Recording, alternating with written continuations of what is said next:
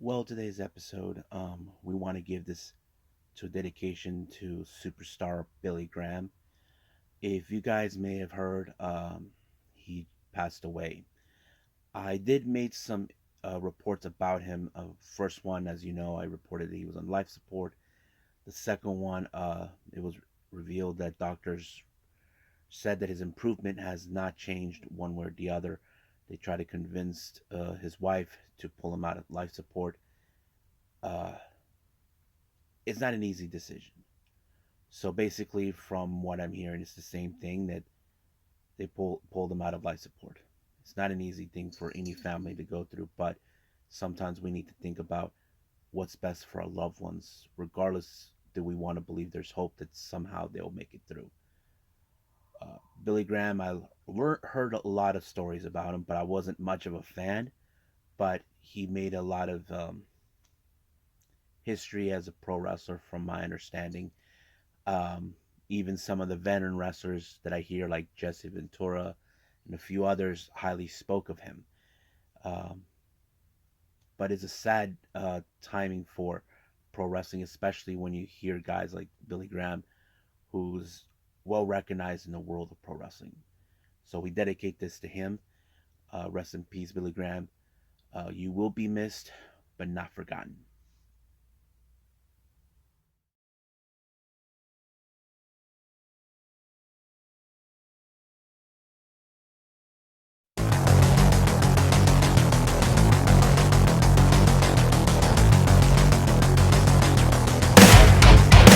Are you ready? Get up, get up! Get up, get up! Get up, get up! Get up, get up! Get up, get up! Get up, get up! Welcome, everybody, to Deleted Wrestle Zone, all things that is pro wrestling with AEW, NXT, New Japan Pro Wrestling, Impact Wrestling, National Wrestling Alliance, various promotions, wrestlers, matches, and championships. I am your host, Gerard here. Today we're just going to be doing three reviews. Now, two of them is part of Wednesday. The first one is, of course, coming from Japan, New Japan Pro Wrestling, as we continue with more of the best of the Super Juniors. We have some very interesting matches that you definitely don't want to miss or hear about, because there's a lot of things about this that kind of makes you say, no shit. But yes, it's like that.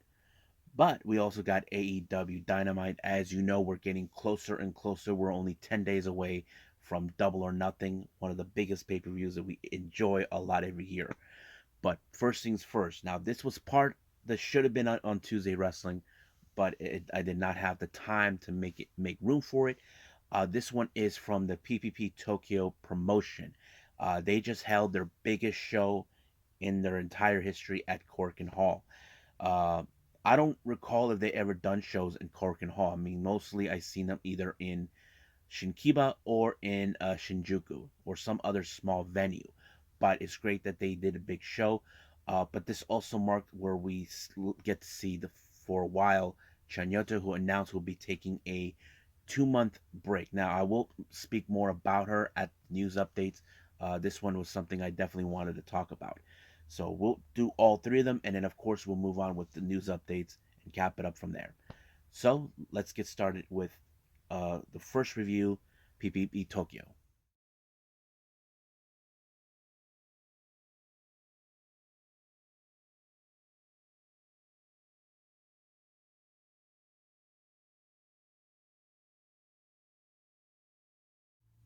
Okay, P.P.P Tokyo. It's been a while since I did one of these reviews. It's very hard to try to watch a full show, depending if they're able to put it on their YouTube channel.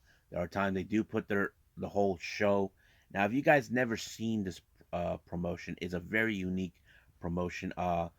Very like I like how they present their product. Now, I will try to put their full show for this one on the description down below, set up the link so you guys can take a look at it. That way, you guys get a clear view what they do. Like I said, it's a very unique show. You definitely don't want to miss. Now, our opening show is tag match. We have Shota Nakagawa teaming with Koju Takeda. They take on Black Rekka and Black Andy Wu. So this was a very interesting match because I have seen Rekka and Andy Wu on certain occasions. Shota sometimes on certain ones. Takeda, well, you may have seen him as part of the Pheromones, but he's not with the Pheromones here in this particular show. But you can tell that Rekka and Andy Wu are trying to pull the stops on both Takeda and Nakagawa, but it didn't do any well until it was Nakagawa with the Swanton Bomb onto Rekka that picked up the win. Now, our next match is a battle royale. Now, to be fair, there were a lot too many wrestlers to keep up with. Some of them I did not know, some I didn't that I do know. I did recognize Yumehiro Imamari from Gambari and a few others, but certain wrestlers were dressing up as characters, wrestlers that we already know. One guy was dressed up like Kento Kirihara doing the theme song, where he comes out doing all this, and then I'm like, I know that couldn't be Kento because he wouldn't appear unless he announced it himself or it was announced by All Japan or the promotion itself. But no. But the winner of the battle royal was a guy who goes by Munaje Orodo, portrayed by Takayuki uh, Ueki. I think that's his name. Don't know. He actually tried to pretend that he's this other wrestler that I know. He was dressed up like him, but I don't know. It was kind of interesting. So anyway, our next match, we have the Yoshis taking the stage. We got Ichika Miyaba taking on Rina Yamashita. Now, keep in mind, Rina's not doing any death match in this particular match. It's just a straight up match. But not too much pumped on this one, but it was pretty okay. But it was Rina who walked out with the victory. With I don't know what kind of move they call this. I've seen Momo Watanabe do it before, but I just don't know what they call it. Uh, I don't know, it was Thunder Peach or something like that or whatever. But yeah, that's what it was. Now our next match. This is a very interesting matchup. We have Morika Kobashi teaming up once again with her old friend and mentor Abdullah Kobayashi. They take on Momoka Anazono and Takayuki Yuiki. This was a very fun match. Now, one because they're throwing in some funny bits.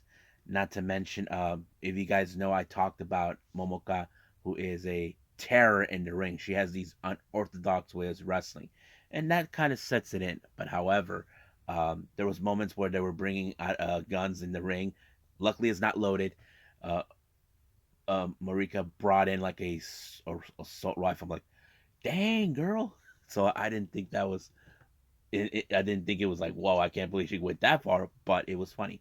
However, it appears that Momoka had enough of her tag partner, so she turned against them with the help of Abdullah and Marika, and they took him out completely, and all three of them pinned him. So it was over. So Marika and Abdullah won the match along with Momoka. Excuse me. Next match we have a 10-man elimination match. We have Daimochi So, Ayato Yoshida, Yuji Otani, Kuma Arashi, and Koji Doi. Now, some of these guys you may recognize them from All Japan, making their presence there. However, they take on the entirety members of Bulk Orchestra from GLEAT. Of course, we have what's her name? Kazuma Sakamoto, Quiet Storm, Ryuichi Kawakami, Chek Shimatani, uh, Hayato Tamura. So I kind of lost track who was eliminated in this particular match, but I can tell you who actually how this match end. They right in the edge of the apron. It was of course Otani with Quiet Storm that kind of right at the edge. Like this is where like the little suspense. This is similar like what we saw last year in the midsummer champions with when we had Tam versus Natsupoi and Julia outside. But this one is instead of being a 3-on-2-on-1, it was a 2-1-on-1. But it was of course Otani with like a knee strike right in the face that knocked out Quiet Storm, giving him and his team the win. I thought it was Pretty amazing. Now, our next match is a very interesting one. We have a 6-woman tag match. Team number one, we have Surumi Natsu. Um, who else? Uh, Makoto, and of course Chanyota. They take on the entire members of Rebel X Enemy, consistent of Maika Ozaki, Maya Yuhiki, and Ram Kaicho. So this is a very interesting match. Now, a while back, they did show that during a match, Ram Kaicho showed up and sort of got in the face of Chanyota. Now, this is, of course, Chanyota's last match before she goes on her hiatus. But it was a pretty good match. There was a lot of strength that was trying to pull up on this one. Chanyota has a lot of strength to do that, but many people, we can all agree, she's currently one of the least experienced wrestlers, but she does put a lot of effort to it in this match. But it was Ram Kaicho with some kind of a modified version of a crucifix. I'm not sure if that was the case, but it did allow her to pick up the win. Now, our main event, this one is a very interesting one. Uh, my bad. So we have a 6-man tag team match. We have the boss himself, Kabuto Mitomi, along with Ken Oka from Gambari Pro, and from All Japan, Suji Ishikawa. They take on Hiroshi Yamato. You may have seen him on DDT a few occasions.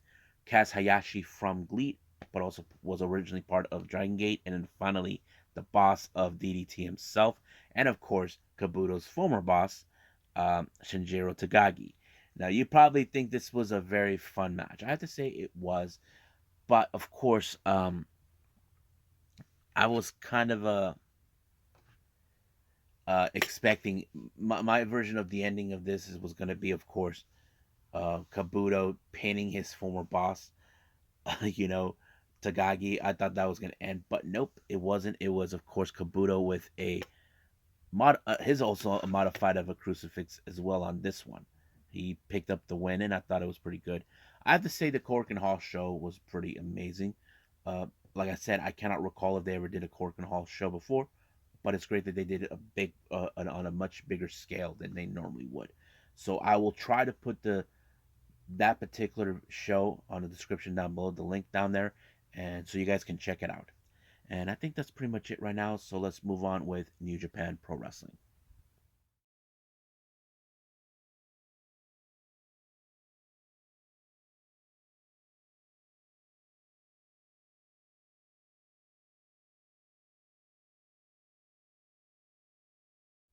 Okay, New Japan Pro Wrestling. We continue with more of the best of the Super Juniors, and I believe this one it's in Miyagi, which is in Sendai. Um, yeah, I think this is day 5. So our opening match is from the A block. We have Ryusuke Taguchi taking on Hiromu Takahashi. Um, these two guys know each other pretty well. You probably thought in your heads in this particular match that Hiromu was going to walk out with the victory. I had to say yes, he did, because he pulled off. Normally we see him do the time bombs, either one or two, or probably both, depending on how he wants to do things. But he applied the unnamed role onto Taguchi. I think that's a very disappointing loss for Taguchi, since he's currently winless. Now we jump into the B block. We have Bushi versus Kevin Knight. Now Bushi, on the other hand, just like Taguchi, he is still also winless. But Kevin Knight has shown a bit of promising. I mean, not too bad, even though for someone doing his first Best of the Super Juniors tournament. But he was able to pick up the victory when he applied the spike DDT, and it's done right there. Next match. Well, this one is a very, very difficult one. Sho versus TJP. Now, we all know Sho is what he's all about. He likes to play mind games. He tries to cut corners in order to pick up a win. So I have to say this is something that I know TJP has to be more careful, because he has Evil by his side that will do anything to ensure he gets the win. But luckily, none of the usual tricks worked on him. Even Evil tries to get involved, but it was the Mamba Splash to put Sho away.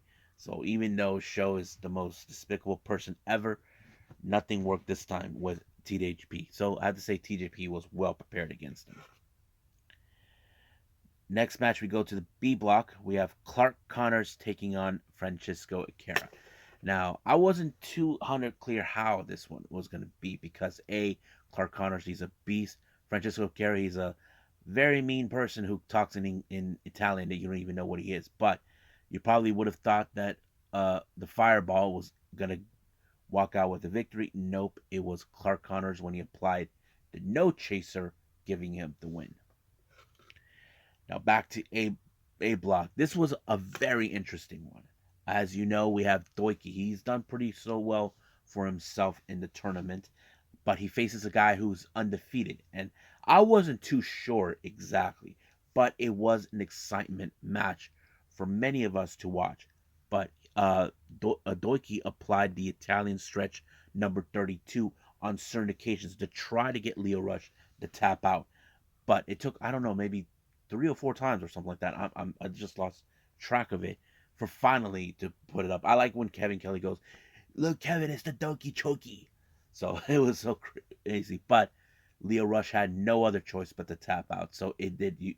That particular move was amazing, and not to mention it was made by none other than Milano Collection TA. He was giving the applause to Doiki. He's like a proud father seeing Doiki using one of his moves uh, against Leo Rush. So you can tell he's like a proud dad. Now back to the A block, we have Robbie Eagles versus um, Yoshinobu Kanemaru. Now, what I did like about this match, Kanemaru was the smart one in this particular match, targeting the knee of Robbie Eagles. We know he isn't a good high flyer, so if you know you want to take out the high flyer, take out the knee. That's always been the strategy. But Robbie Eagles tried to fight through the pain to ensure he walks away, but it was Eagles with the trigger that put away Kanemaru and giving him the victory on this one. Now, this one's also another interesting match that I definitely was looking forward to. We go back to the A block. We have Mike Bailey versus Titan. You don't know what to expect in these type of matches because we know these two wrestlers are phenomenal for what they do, in the ring. So it was like even the crowd was divided in half, like, or they just support both of them because they are two of the fan favorites, especially they're foreigners. But you wouldn't expect it. But however, I think this match was pretty good. But it was Mike Bailey who walked out with the winner when he applied the Flamingo driver onto him. Now I would have assumed he would have done the Ultimate Weapon, but no, he did not. He applied the Flamingo driver, and it was over right from there. Now back to B block, we have Dan Maloney versus Master Wato. Now, this is another interesting matchup. Now, we often talk about Master Wato, how talented he is, but he doesn't know how to use it very properly. Dan Maloney, we've seen him how, since he calls himself the Driller Killer, what he's capable of. But it was, of course, Master Wato with the Sutenkaku German that put him away to give him the win. So he stuck to that, and that helped him win.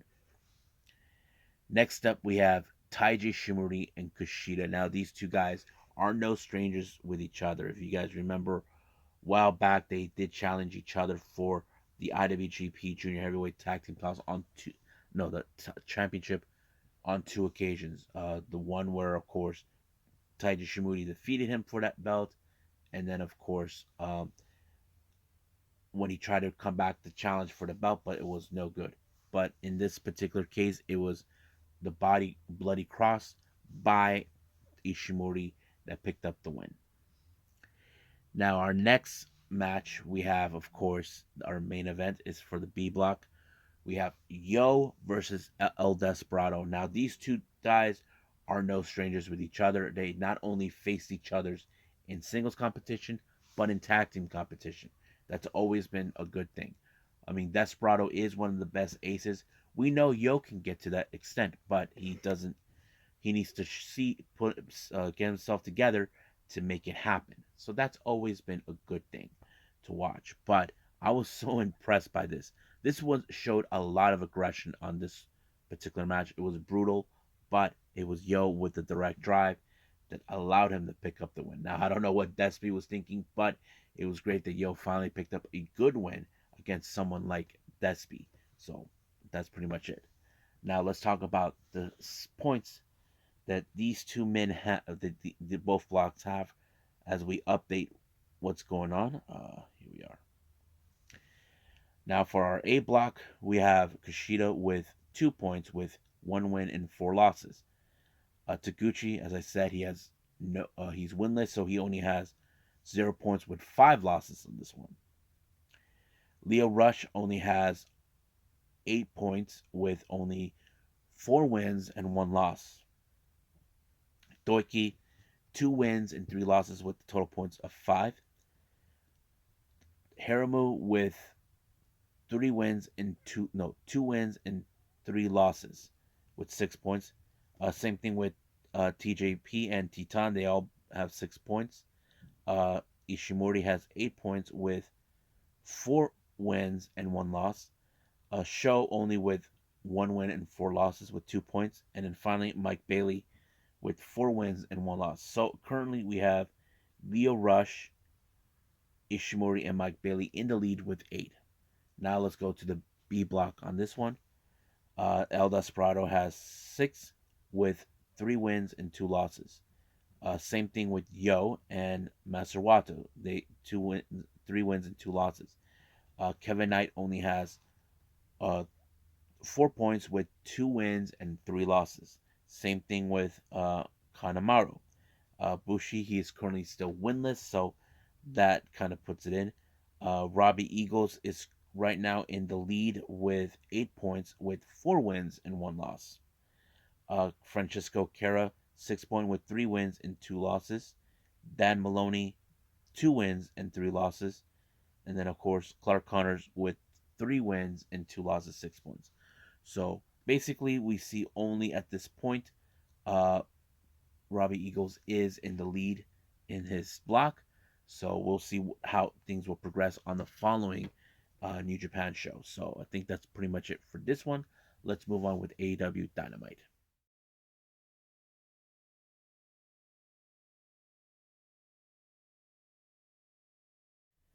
Okay, AEW Dynamite. Now, it opened up with Warlow to try to do a little promo. As you know, Christian Cage is now being the one who's issuing the challenge for the TNT title. So, as you know, Warlow is not happy what happened last week when Christian Cage took things too far. Christian Cage has the habit to say things about his enemies, about their dads and all this, which is crossing the line. So Warlow tried to handle business on his own and all this, but it didn't do so well because we knew Christian was up to no good. Of course, he has his little enforcer, Luchasaurus, there, and they took him out completely by using a ladder onto him to take him out completely. Now, our next match is a very interesting tag match. We have Orange Cassidy and Darby Allin teaming up. They take on what was former members of the firm since they were deleted, Lee Moriarty and Big Bill. You probably would have assumed that Big Bill would try to use his strength and, of course, Lee Moriarty's technical aspects. But none of that did help until, of course, um, Darby Allin applied a headlock takedown onto Lee Moriarty, sending a direct message to MJF. Now, MJF is familiar with this type of technique, so we'll see how that goes. Now, in the parking lot, the Young Bucks arrived, of course, to the venue, but apparently they were viciously attacked once again by the Blackpool Combat Club, claiming that they are the true elite. But we'll see what happens during in the end. Now, during the update with Warlow, Arn Anderson's not happy that, of course, Warlow went on his own, but he has to understand you don't cross the line by saying things about his dad. So basically, Warlow sent a direct message to Christian. He probably will kick his ass at Double or Nothing or something. We'll see about that. Now, as you know, Orange Cassidy, he's a fighting champion. So it's still, as you know, we did see Kyle Fletcher issuing the challenge for the AEW International title. Now, there was still no word about when was that match going to happen, but um, Orange Cassidy goes out. Okay, I'm calling all of you out. Come and get me. So go see Tony Khan. So, but later it did show, when Renee did another interview with him, it turns out the 20 wrestlers went to Tony Khan requesting this to happen. So he's like, I'll fight them all. And it's like, what? He really wants to do that, but he says, so there's 20 wrestlers. I'll be involved anyway. You know what? Let's call it a Blackjack Royal Rumble, Royal Battle Royale. It's kind of interesting, Blackjack Battle Royal, when you think about it, because it is Orange Cassidy as the champion facing 20 others. So it's kind of like, okay, it does make the reference for Double or Nothing. I mean, it does fit in great. I like it. Now, our next match, we have Sammy Guevara versus Edison Prime. This match was a squash match, as we can say. He took him out with the Go to Hell. He put out a very good promo, and all this, and that looks more like we're seeing a bit of the potential of what Sammy can do. I've in the past I did talked about Sammy, how people used to say that he was not even worthy to be a wrestler, but now he's showing prominence on that. Looks more like he may be becoming a babyface or so, but we just don't know just yet until anything's confirmed. Once again, the dickwads, we're talking about Jarrett, Lethal, Dutt, and Singh. As you know, they're 100% confident that at Double or Nothing that they're going to walk out as the tag team champions. But FTR took matters in their own hands, taking everyone out. But when we thought they had everything under control, she showed up. Karen Jarrett, low blow Dax, and then all this. And of course, they whack both FTR with their guitars. They're 100% confidence that Mark Briscoe will do the right thing and declare them as the new tag team champions. I have a feeling it's not going to go exactly their way, but we'll just got to wait and see till we see Double or Nothing. Now, our next interview, we see Darby Allin. As you know, he did mention that I did mention the headlock takedown was a direct message, but Sammy Guevara shows up, gives him a little talk, saying that he respects him the most since they both were in the independents for far too long and they knew exactly what they want to do. But I think right now they starting to see. I don't think it matters who wins. They know how this is the biggest moment of their career. They are going to be in the main event. It's like the four pillars are now going to be in the same match. So we'll look forward to that. Now our next match, we have the Outcast, more consistent of Ruby Soho and Tony Storm versus Hikaru Shida and Britt Baker. Now the numbers game was just too much right now. As you know, Jamie Hayter was not clear to wrestle since she was taken down from an injury she obtained a month ago. But however, it did exactly when there was interference by Saraya being involved, and they used the little spray can onto Britt Baker's eyes, completely sending a direct message that the Outcasts are the ones running things. But it was, of course, I think it was Storm Zero, yeah, that took out Britt Baker by Tony Storm.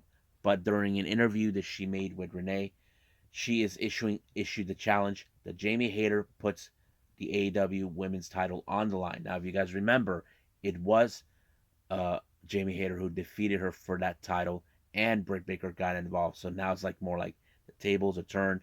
We're gonna do things different. Now, Tony Khan, as you know, announced for a brand new Saturday night show that's going to happen on TNT on June 17th called AEW Collision. So there's still some more things we're definitely going to be hearing. They're saying that they will announce where the location of AEW Collision is going to be at. I think many fans are probably already making this clear. Now, our next match is the Falls Count Anywhere match. This is a very interesting match to watch. Now, if you remember, Chris Jericho began a war with Adam Cole and this and that. However, Roderick Strong decided to put himself in a match in a Falls Count Anywhere match, and the JSA are banned from the building. So that kind of went into a very interesting thing. So Jericho had to go out alone. This match went from the ring, through the people, through the interior of the stadium, then outside the stadium. You probably guess this was a plan made by Adam Cole all along with Roderick Strong's, because when they were outside, Chris Jericho did not see that he was led into a trap. And it was Adam Cole who took him out by applying the boom. And you probably think, wow, that's a genius thing what Adam Cole did. You see, the restraining order did stated that he cannot be in the same building with him, but no one said something about being outside. So very smart of Roderick Strong to use the false count anywhere match in order to lure him outside, so Cole can actually get his hands on Jericho. Now, no doubt in my mind, we could definitely see Cole and Jericho in Double or Nothing. So that we have to wait and see what happens then. Now, our next match, we have Roosh versus Jungle Boy. You know this is going to be a much brutal match because Roosh is all about violence. He likes to beat up people, do things his way.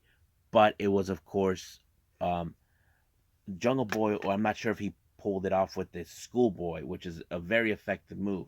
Even though it's not one of his signatures, we've seen many wrestlers apply this one a whole lot. But later we see the members of LFI try to get involved to beat down Jungle Boy. Darby Allin tries to help, and then Sammy Guevara shows up. So it looks more like three of the pillars are probably going to be realizing this is the most important. But however, MJF, he seems like a little worried about how things may outcome for himself. However, Renee wanted to hear from him, but he slapped the mic off her hand because he did not want to hear it. Now, our next match, we see Jay White versus Ricky Starks. As you know, this whole thing started with Juice Robinson when he decided to attack Ricky Starks at his own expense and all this other stuff. And then Jay White shows up. I thought this match was definitely going to be interesting enough. But however, I don't think it matters to Ricky Starks because apparently Juice Robinson brought a chair and he got whacked with it. And of course, what did Ricky do? He whacked Jay White. He got disqualified. But I don't think it mattered to it himself because he actually did brought in a new type of pain onto Jay White. And not to mention, I think in this kind of case, I don't think it's more like they're not satisfied the fact that Jay White won the match, but they're not going to rest easy with Ricky Starks. So I think Ricky Starks, we may see them in a match in Double or Nothing, but we just got to wait and see until then. Now, the last thing we see is, of course, we wanted to hear what Don Callis had to say over what he did with Kenny Omega, turning back on a man he says that he's family and this and that. And then Kenny tried to come out to, to beat the crap out of Don Callis, but apparently, once again, the Blackpool Combat Club show up and they leave Kenny lying on his back, telling the entire that they are the true elite. But however, we just saw the Bucks who were beat up. They showed up with some plunder. We're talking about trash cans and all this other stuff. And then all of a sudden, we hear Hangman Adam Page. And damn, they actually came out swinging. Each person did something to Wheeler Yuta. I mean, the V trigger, then the BTE trigger, then the buckshot lariat. However, every year we know this is going to happen with any type of team. I mean, we did see the blood and guts, the stadium stampede, all this and that. So we're going to see the Hangman did say this. We're going to have an anarchy at the arena. So this is going to be interesting to see. And you can tell by the look of the Blackpool Combat Club, I think they're a little worried that they might have bit off a little bit that they can chew, but we'll see what happens then. I think that's pretty much it with AEW. Let's go to our final thing, news updates.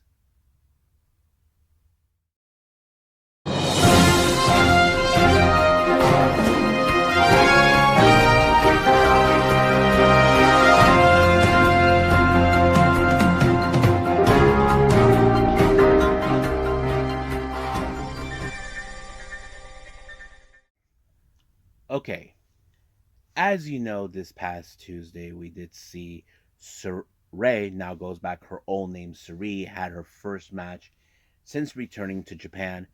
Um, Apparently, more announcements were made by her. Now, those who don't know about this, um, well, she eventually had her match against Hashimoto, but lost. But she did reveal that she will participate in the upcoming Hana Kimura Memorial Show next week, which is going to be interesting and cool to watch. However, another announcement was made that by T Hearts that she'll be participating in the Yumiko Hoda 38th anniversary debut anniversary show that will take place on the 17th of June. She'll be in the Sareee will be in a match against Riko Kawahara and this event will take place at Shinjuku Face. So basically, things are looking good for Sareee now that since returning to Japan, she's gonna have some interesting matches taking place. So good for her. Um, West Coast Pro for the Kid Zombie event, it was revealed Alpha Zoe will be in a match against Adrian Quest. Now, interesting news. Jay Lethal has filed for trademark for a very specific name. You guys know this one too well if you guys are familiarized with TNA back in the day. Black Machismo. Now, those who don't know what Black Machismo is, uh, there was this very interesting storyline where Jay Lethal becomes black, like the black version of the Macho Man Randy Savage. People say, is that like copyright? Well, according to what Jay Lethal said, he had spoken with Macho Man before, and he loved the idea. He thought it was pretty interesting, real fun.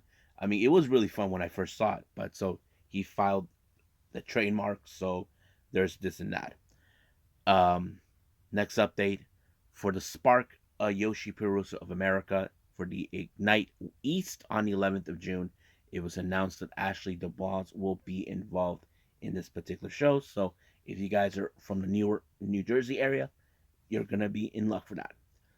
And finally, our last update. I was saving this one for last. As you know, Chanyota has her last official match with P.P.P Tokyo. There'll be She put out a statement on her YouTube channel that she'll be taking a 2 month break period. Um, just to clarify, no, she's not injured. Nothing. She confirmed that it was not that. So basically, she wants to take a little break. Apparently, she's going to be involved in other projects, from what she's saying, but she will also continue to throw in some YouTube content in her channel, from what I understand. But she also said that it will give her time to practice more on her wrestling craft. Now, keep in mind, Chanyota has maybe almost a year and a half, maybe between 1 or 2 years of wrestling experience. She needs to hone in on her wrestling craft, and I think that's important.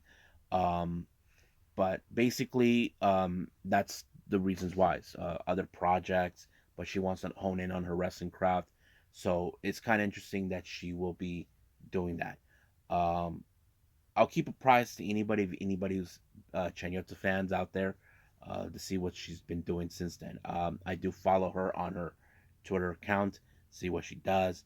Um, but we'll go from there. And I think that's pretty much it for now. So let's just call it a day. Well, I hope everybody enjoys this episode.